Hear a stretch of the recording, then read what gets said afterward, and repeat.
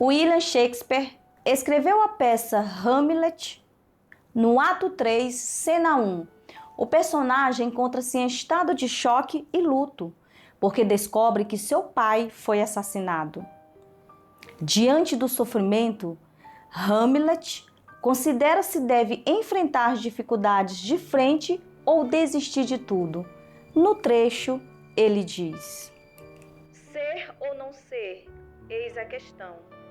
Se é mais nobre sofrer na mente os dardos e flechas da fortuna adversa, ou pegar em armas contra um mar de problemas, e, opondo-se a eles, dar-lhes fim, morrer, dormir.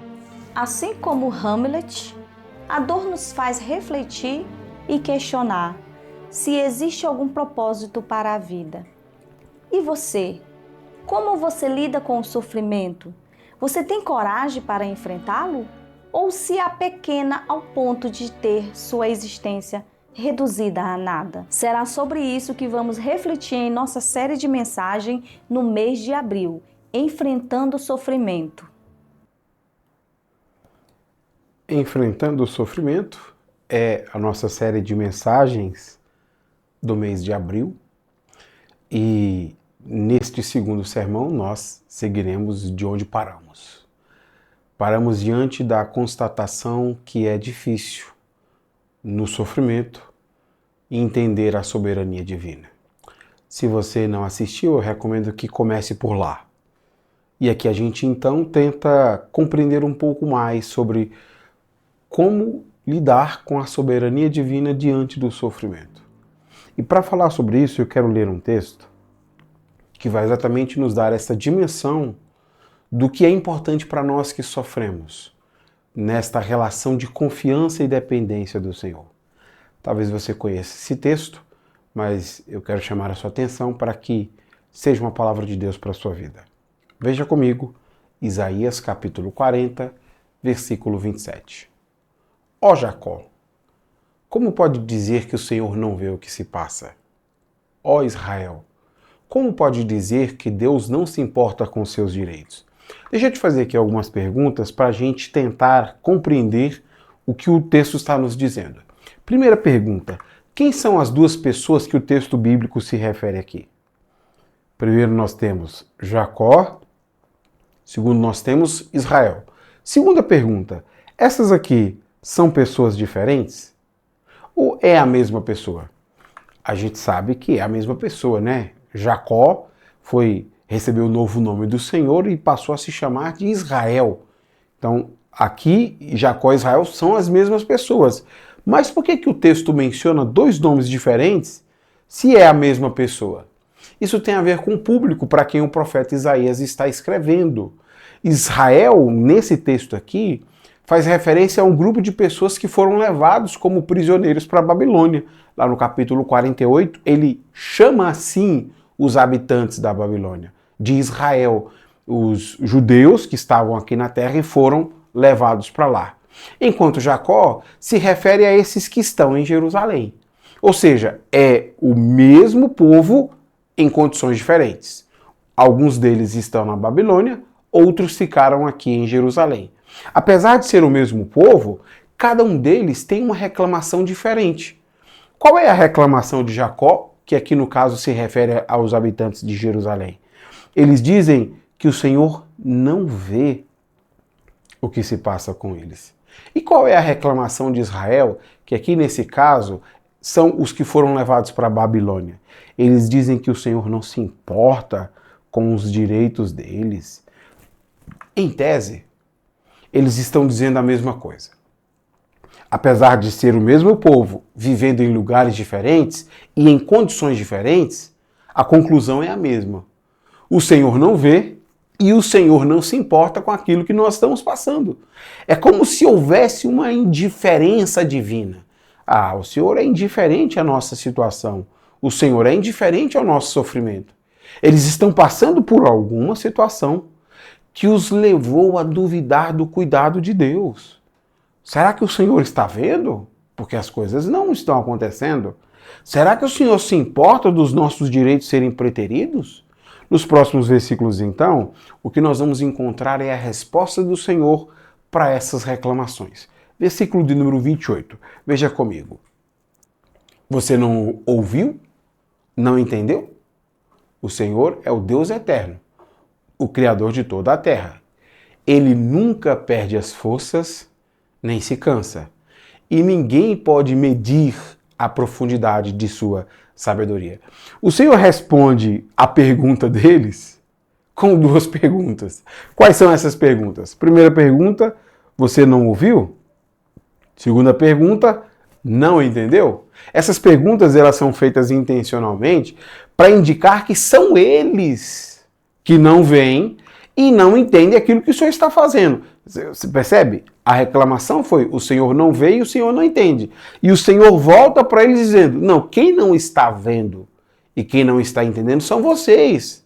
Mesmo que vocês não ouçam, mesmo que vocês não entendam, o Senhor não deixa de agir em favor de vocês.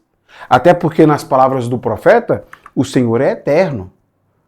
Este Deus eterno, ele é criador de toda a terra. Isso aqui é importante para nós, porque essa constatação aqui do profeta quer deixar muito evidente que esta limitação de compreensão sobre o que está acontecendo é uma limitação deles. Absolutamente nada escapa aos olhos do Senhor. Ele é criador de toda a terra. E como criador, como é que ele poderia não se importar com a situação daquelas pessoas? É claro que ele se importa. Essa reclamação que eles fizeram no versículo 27 é uma reclamação completamente infundada. Além de se importar, o profeta acrescenta aqui duas coisas que eu considero serem importantíssimas, porque tem conexão com a pregação anterior. Primeiro, ele não perde as forças nem se cansa. Segundo, ninguém pode medir a profundidade da sua sabedoria. Bom, eu havia dito a você no começo dessa fala que diante do sofrimento é difícil lidar com a soberania do Senhor. Porque nós tendemos a querer explicações para o que o Senhor está fazendo. Às vezes a gente quer que ele venha pedir autorização para nós. Foi o sermão passado. E aqui agora o profeta está dizendo como é que nós lidamos de maneira adequada com o Senhor.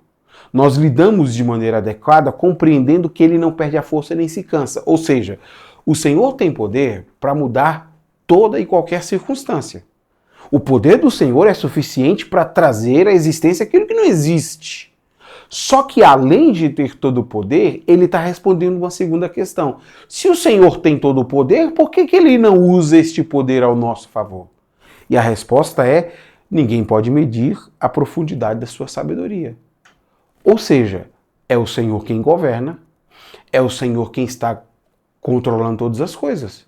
Se nós aplicarmos essas palavras às reclamações que foram feitas por eles, o Senhor está dizendo, é vocês que não conseguem entender, é vocês que não conseguem ouvir, o Senhor está fazendo, o Senhor está trabalhando.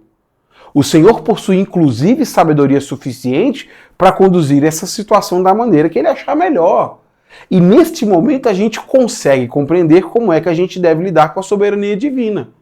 Além de ter todo o poder, ele tem toda a sabedoria. Seria muita audácia da nossa parte achar que o Senhor não sabe o que está fazendo. Ele sabe. Ninguém pode medir a profundidade da sua sabedoria. E nesse momento a gente percebe que isso é fundamental para a vida cristã. Se nós nos abalamos diante do sofrimento, é porque nos falta uma compreensão do poder de Deus e da sua sabedoria. E aquela situação fez exatamente isso com eles. Aquela situação foi tão intensa que deu a eles essa sensação que o Senhor não estava vendo, ou que o Senhor não se importava. Mas o Senhor está dizendo que se importa.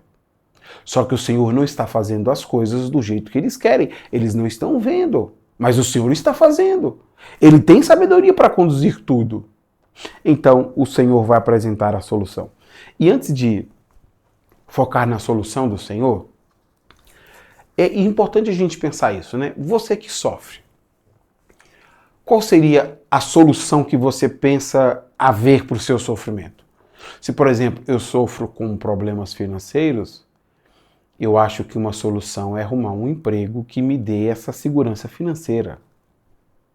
Se eu tenho um problema de saúde, talvez a cura, né? Resolva o meu problema. Mas como que o Senhor vai resolver o problema dessas pessoas aqui que estão suspeitando do poder e da sabedoria de Deus? Bom, veja comigo o versículo 29 e 30. Dá força aos cansados e vigor aos fracos. Até os jovens perdem as forças e se cansam, e os rapazes tropeçam de tão exaustos. Depois de ouvir a reclamação daquelas pessoas, o Senhor aponta qual é o real problema deles. O real problema deles não é ver o que o Senhor está fazendo. O real problema deles não é uma grande intervenção divina. O real problema deles é que eles estão cansados. Isso aqui é importante. O cansaço levou essas pessoas a questionar se o Senhor realmente vê ou ouve aquilo que eles estão pedindo. Esse cansaço não é meramente um cansaço físico, é também um cansaço espiritual. Mas ao invés de prometer que vai, o Senhor, ao invés de prometer que vai fazer uma grande intervenção do tipo, eu vou colocar um fim ao seu sofrimento, eu vou mudar essa situação, o que o Senhor diz é, eu vou colocar um fim ao problema do cansaço. O Senhor promete fortalecê-los. Os intensos problemas que eles passaram fizeram essas pessoas ficarem assim, fracos espiritualmente.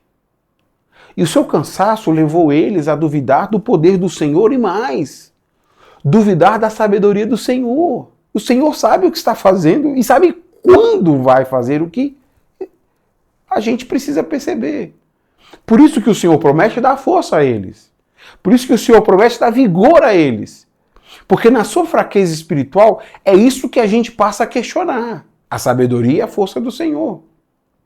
Mas quando eles forem fortalecidos pelo Senhor, essa percepção deles que foi alterada pelo sofrimento será ajustada. Porque eles deixarão de desconfiar do poder do Senhor e deixarão de desconfiar da sabedoria do Senhor. E passarão a confiar no poder do Senhor e passarão a confiar na sabedoria do Senhor. Ele sabe o que está fazendo. Nenhum dos planos do Senhor podem ser frustrados. Ele sabe o que está fazendo no momento certo. Para dar uma dimensão disso, o Senhor faz um paralelo aqui. E o paralelo é exatamente com a força do jovem.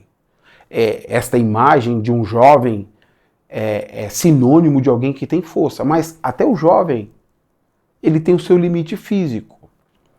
Mas a força que o Senhor está prometendo para eles não é uma força do tipo rejuvenescimento juvenil, né? Eles vão acordar um dia com um corpo de 20 anos. Não.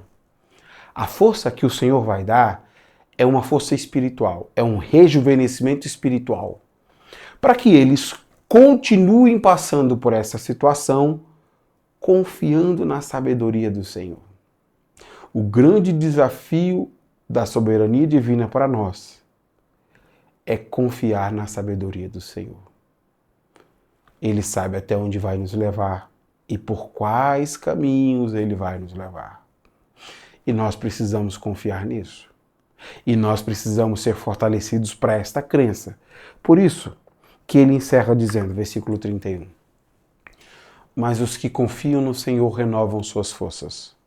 Voam alto como águias. Correm e não se cansam. Caminham e não desfalecem. O versículo 31 coloca uma condição para aqueles que desejam ver a força do Senhor renovar a sua vida espiritual. Este rejuvenescimento espiritual tem uma exigência. Qual é a exigência? Os que confiam no Senhor. Dentro desse contexto aqui, do que eu acabei de explicar, o que significa confiar no Senhor? Dentro desse contexto aqui, aqueles que confiam no Senhor são renovados. Mas a confiança está relacionada àquelas duas palavras que eu frisei no versículo anterior. Primeiro, confiar no Senhor significa acreditar que Ele tem poder para mudar qualquer situação. Ele é poderoso. Ele não se cansa. O Senhor tem poder. Mas confiar no Senhor também significa confiar na sua sabedoria para conduzir toda e qualquer situação. Aqueles que confiam no Senhor, aqueles que olham para o Senhor com essa convicção, Ele tem poder e Ele tem sabedoria para fazer o que está fazendo. Essas pessoas voam alto como águia. Elas correm e não se cansam. Porque apesar de estarem vivendo dias difíceis, elas confiam no cuidado do Senhor para a vida delas. Elas confiam no poder e na sabedoria de Deus. E se nós confiamos na sabedoria de Deus, Ele pode mudar a circunstância agora de nossa vida. Como também não pode. E se essa circunstância não mudar, tá tudo bem. Porque nós sabemos que a sua sabedoria é sem limite. Nós temos força para seguir diante de tais circunstâncias. Aqueles que confiam no Senhor são revigorados na sua vida espiritual assim, de maneira ilimitada. O sofrimento não acabou, mas a gente continua. Porque aqui o Senhor não promete pôr um fim ao sofrimento. Aqui o Senhor promete dar forças para eles seguirem por essa circunstância. Quando a nossa mente está nutrida com esta confiança no poder do Senhor e na sabedoria do Senhor, naturalmente a gente consegue avançar. Porque a gente sabe em quem nós temos crido. Ele conhece todas as coisas. Ele ouve todas as nossas orações. E nós confiamos em toda a sua sabedoria. Eu queria fazer aqui algumas aplicações que eu acho que nos desafiam a pensar essas palavras para nós, que precisamos lidar com a soberania do Senhor diante do sofrimento. Primeira aplicação. Algumas situações podem deixar a impressão que fomos abandonados pelo Senhor. Eu primeiro preciso reconhecer com você que existem sofrimentos que nos dão esse senso de abandono, né? Porque, como eu falei na pregação passada, a gente gosta de ser premiado quando a gente vive adequadamente. Eu sou piedoso, bom, desvio do mal. Uma pessoa íntegra como eu deveria ser recompensado com situações favoráveis e não com sofrimento. Quando o sofrimento vem, apesar da vida piedosa que a gente se dedica a viver por causa do Senhor, a gente começa a questionar se fomos abandonados, se fizemos alguma coisa de errado. Então, o sofrimento pode causar esta sensação porque nos falta essa compreensão da sabedoria divina. Nos falta essa percepção que é o Senhor que sabe o que está fazendo. Nós somos os servos dele. Então, na ausência de compreensão de que o Senhor governa e que é sábio para fazer o que está fazendo, a gente passa a achar que nós fomos esquecidos. Mas como você pode ter sido esquecido pelo Senhor se foi Ele que lhe fez? Como você pode ser esquecido pelo Senhor se Ele enviou o seu Filho Jesus Cristo por você? Nós não fomos esquecidos. O que nos falta é uma compreensão da sabedoria divina que é mais do que suficiente para conduzir todas as coisas. Segunda aplicação. Absolutamente nada que nos acontece pode pegar o Senhor desprevenido. Nós somos pegos desprevenidos a todo momento. A gente acorda de manhã pensando, hoje o dia vai ser incrível. Nós não tendemos a acordar de manhã pensando, hoje está com a cara de sofrimento, né? Vou ficar esperando o sofrimento chegar. A gente não espera o sofrimento chegar. Na verdade, se puder evitar, a gente quer evitar. E às vezes nós somos surpreendidos pelo sofrimento. A gente não estava com ele nos planos. Para o casamento, para a saúde, para os filhos, para o trabalho. Mas ele veio. Agora, quem é pego desprevenido? Somos nós. Absolutamente nada do que acontece na sua vida pega o Senhor desprevenido. O Senhor, o seu Deus, o soberano, Ele sabe tudo o que vai acontecer às nossas vidas. E nós olhamos para Ele, que é sábio e poderoso, e confiamos nisso. Senhor, eu é que estou desnorteado. Eu é que estou abalado. Eu é que preciso me recuperar emocionalmente e espiritualmente. Mas eu tenho certeza absoluta que o Senhor sabe o que está acontecendo com a minha vida. Você precisa confiar nisso. O nosso Deus não vai ser pego desprevenido por causa da sua circunstância. Depois que o choque passar, lembre-se disso, não se esqueça. O Senhor está no controle de todas as coisas. Terceira aplicação. Nossas frustrações pessoais pintam um quadro que muitas vezes não representa a realidade. Você já viu como às vezes nós gostamos de especificar o sofrimento de maneira bem detalhada? Parece que quanto mais detalhado parece que cria na mentalidade das pessoas uma noção mais clara daquilo que passamos. Por isso que quando a pessoa vai contar o testemunho, ela quer contar mínimos detalhes. Era segunda-feira, 6 horas da manhã, eu acordei com febre, e no seu... Aí você fica assim meia hora só ouvindo detalhes, para contar o problema, para a gente ter uma dimensão, porque senão parece que a gente não fica impressionado com aquilo. Nós costumamos querer impressionar as pessoas com os nossos sofrimentos. O grande problema é que às vezes nós nos esforçamos tanto para pintar para os outros a nossa dor, que ela se torna uma obra muito mais monstruosa do que ela de fato é. Nós estamos fazendo tempestades em copo d'água. O sofrimento nem era tão grande assim. Talvez você já tenha vivido essa situação. Eu já vivi. Você tem um dia terrível que você pensa, provavelmente hoje é meu último dia de vida. Que situação. Com problema de saúde, com excesso de violência na sociedade, qualquer circunstância que você fala, nossa, isso aqui, de hoje com certeza eu não passo. Você passou, sobreviveu outro dia e descobriu que aquele problema não seria o fim da sua vida. Você estava dando a ele um tamanho que ele não possuía. Isso é complicado e problemático porque às vezes você está sofrendo porque você está pintando um bicho que não existe. Como meu filho pequeno que acorda dizendo, papai, tem bicho aqui? Não, filho, não tem, pode dormir. Não perca o seu sono com isso. É só a sombra na parede, mas essa sombra não é um bicho. Então, não se esforce demais para fazer parecer o seu problema grande e nem queira fazer uma competição para ver quem queira sofrer mais. Não queira ser a pessoa que mais sofre.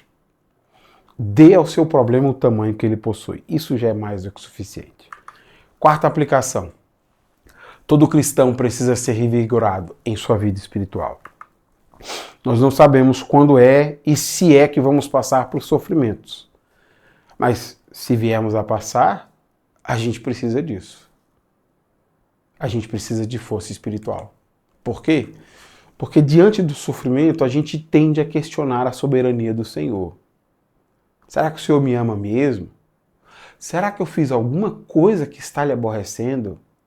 Aí veja, no sofrimento a gente passa a sofrer mais. Porque ou a gente passa a culpar Deus por ser a causa da nossa dor, ou a gente passa a culpar nós mesmos. Eu acho que eu estou sofrendo por alguma coisa que eu fiz. Bom, quando você estiver passando pelo sofrimento, o que você precisa, sem dúvida alguma, é ter a sua força revigorada. Para conseguir passar por aquela situação sem ter a sua fé abalada. Quando nós não estamos fortes no Senhor, a gente tende a tratar Deus que nem aquelas pessoas. Será que o Senhor está vendo? Será que o Senhor está ouvindo? Será que o Senhor se importa? Isso é uma completa demonstração de desconfiança da soberania do Senhor e da sua sabedoria. Não é assim que um cristão deve agir diante do sofrimento. Quinta aplicação. Pensar positivamente é diferente de confiar no Senhor.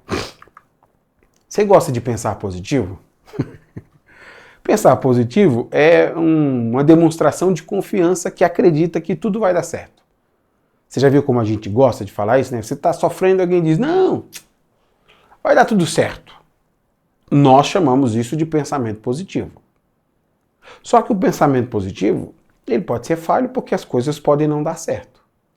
A confiança no Senhor é diferente. A confiança no Senhor parte destas duas bases de conhecimento. Primeiro, de fato o Senhor tem poder para mudar toda e qualquer circunstância. Mas segundo, Ele também tem sabedoria para fazer as coisas da maneira que lhe apraz. Eu posso viver com este sofrimento a minha vida inteira, o Senhor pode colocar um fim nele agora. Eu acredito no seu poder e na sua sabedoria. Se o Senhor botou fim ao meu sofrimento, glorificado seja o nome dele. Se ele não botou, a sua sabedoria é mais do que suficiente para conduzir a minha vida do jeito que agrada a ele mesmo. Então perceba que não tem a ver com as coisas que eu quero que o Senhor faça agora. Tem a ver com a maneira como eu confio que o Senhor está cuidando de mim. Que eu confio na sua sabedoria, que eu confio no seu poder. Mesmo que as coisas não estejam saindo do jeito que você espera, você precisa confiar no Senhor. Eu queria muito que as coisas dessem certo para você. Mas se elas não derem certo para você, eu desejo muito que você tenha a força do Senhor para passar por essas circunstâncias todas. Que você seja fortalecido. Isso é confiança. O Senhor pode te fortalecer para seguir por esta caminhada. Sexta aplicação. Apenas o Senhor pode renovar suas forças. É importante dizer isso porque nós costumamos criar estratégias para o nosso fortalecimento, né? Quando eu tirar férias, nossa, finalmente eu vou ter as minhas forças revigoradas. Quando eu comprar alguma coisa, nossa, finalmente a minha vida será mais fácil. E nós vamos transmitindo para diversas esferas uma confiança que não retorna aquilo que nós esperávamos. É comum encontrar uma pessoa que viaja de férias retornando e dizendo, nossa, eu estou cansado. Cansado? Mas você não viajou para descansar, não. Viajar para descansar, a gente cansou, a gente caminhava 7 quilômetros por dia, a gente saía cedo, acordava cedo, comia mal, comia, às vezes não comia, curtimos o máximo, mas está todo mundo cansado. Agora a gente tem que descansar das férias. E mesmo que você fique dentro de casa dormindo o dia inteiro, as suas forças espirituais não são renovadas dormindo, acordando, tirando férias, trabalhando, conseguindo dinheiro. Somente o Senhor pode lhe dar a força que você precisa. E aí eu queria te fazer um desafio espiritual. Aquele dia que você estiver no contexto de maior desânimo e cansaço, se você pudesse desconectar um pouco do seu momento, mesmo que for ao banheiro, vá ao banheiro, e lá dentro do banheiro, no trabalho ou em casa, volte-se ao Senhor dizendo, Senhor, eu estou como um celular descarregado. Eu preciso de uma carga rápida. Porque o Senhor não fecha os seus ouvidos àqueles que clamam o seu nome. O Senhor não deixa de mostrar misericórdia por aqueles que confiam na sua graça. Então se volte a Ele. Peça ao Senhor. A força que você está precisando está em Deus. Não espere chegar às suas férias. Não espere comprar alguma coisa. Não espere conhecer alguém para a sua rede de relacionamentos. Não. A força que você está precisando está em Deus. Eu encerro com esta última aplicação. Não temos como saber quando os dias difíceis irão acabar. Mas sabemos que a força do Senhor nos ajuda a lidar com esses momentos. É bem verdade que, pessoalmente falando, eu confio muito que o Senhor pode fazer grandes coisas pela sua vida. Eu confio. O nosso Deus é poderoso para ressuscitar mortos, para dar vida àqueles que não tinham vida, para curar enfermos. O nosso Deus é poderoso para tirar alguém das garras da condenação eterna para a vida eterna. Nossa, o nosso Deus pode fazer muitas coisas. Mas, diante do sofrimento, também pode parecer que Ele não está fazendo nada. Você pode estar sofrendo há 1 semana ou 2 e deixando de viver por causa disso. Porque você está esperando a maré mudar para passar a viver. A gente não tem esse tempo. Nós não temos o tempo para esperar as coisas melhorarem para a gente viver. Eu queria dizer a você que às vezes está se apequenando diante do sofrimento, que está se trancando, se enclausurando porque não consegue viver. Eu queria dizer que se o seu sofrimento não se encerrar hoje, se o Senhor não fizer algo poderoso para mudar a sua vida hoje, mesmo diante do sofrimento, o que você precisa é de força. Força. Talvez o Senhor uma hora mude a sua situação, Ele pode fazer isso. Mas enquanto isso não acontece, ou se isso não vier a acontecer, você precisa da força do Senhor. Porque não tem como a gente dizer quanto tempo a gente vai ter que lidar com o sofrimento. Não tem como eu dizer, conta 7 dias e no 8º dia. Eu não tenho capacidade disso porque eu não sou o seu Senhor. Essa é a diferença da confiança para o pensamento positivo. E às vezes você está se enganando porque você está criando expectativas irrealistas. E você vai cada vez se apequenando mais. Amanhã já é segunda-feira. Não sei se eu queria viver. Pastor, eu acho que eu estou pensando que eu podia morrer para finalmente descansar. Não se engane. Ninguém descansa na morte. Se você quiser descansar, é vivo. Não se engane. Ninguém ama na morte. Se você quiser amar, é vivo. A gente não sabe quando as coisas irão mudar. Quando o Senhor vai manifestar o seu poder. Mas enquanto isso não acontece, nós precisamos de força. E a força que precisamos vem como resultado disso. Ele é poderoso para mudar toda e qualquer circunstância. E Ele tem sabedoria que não pode ser medida. O Senhor sabe o que está fazendo na nossa vida. É Ele que é Senhor, sábio, que controla todas as coisas. Nós somos os seus servos. Não permita que o seu sofrimento te coloque enclausurado numa armadilha que te aprisiona por anos. Permita que o Senhor renove as suas forças. Ore por isso. Clame por isso. Viva isso na sua vida. Porque eu acredito que o Senhor é a força que você precisa. Eu oro ao Senhor por você, para que você experimente na sua vida a força que só o Senhor pode lhe dar.